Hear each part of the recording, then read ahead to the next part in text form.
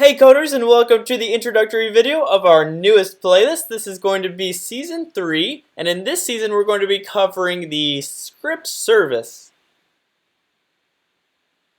So the parent class for the script service is something called ScriptApp. This is a service used to access script triggers and publishing properties. Some of the common direct uses of this are time-based triggers, event-based triggers, managing authentication flow, things of that nature.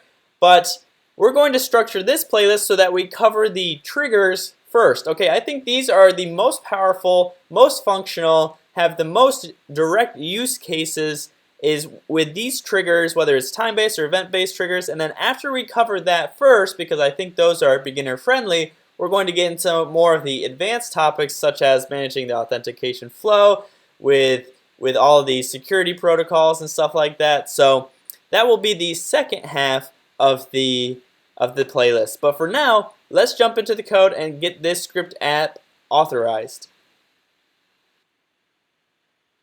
If you remember from season 0, we had broken down our services into 3 main buckets. So there was the G Suite services, there was the advanced services, but then there were also the script services. And that's where this script app lies under. It lies underneath the larger bucket of script services. So to get to that, it's very simple. It's just like how we've been doing it before, except for now it's script app, and then we'll hit the period button.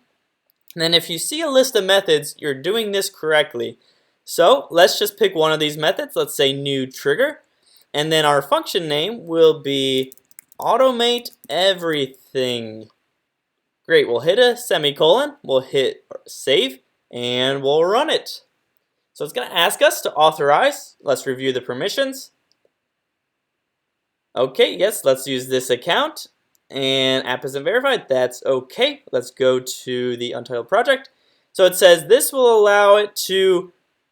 allows this application to run when you are not present. So again, this is an incredibly powerful class and list of methods that once you learn it, your productivity is going to skyrocket. So I'm very excited to share with you this playlist and all the methods that we can use, but just note that this is extremely powerful and we're learning it now so that we can use it in a lot of our later projects.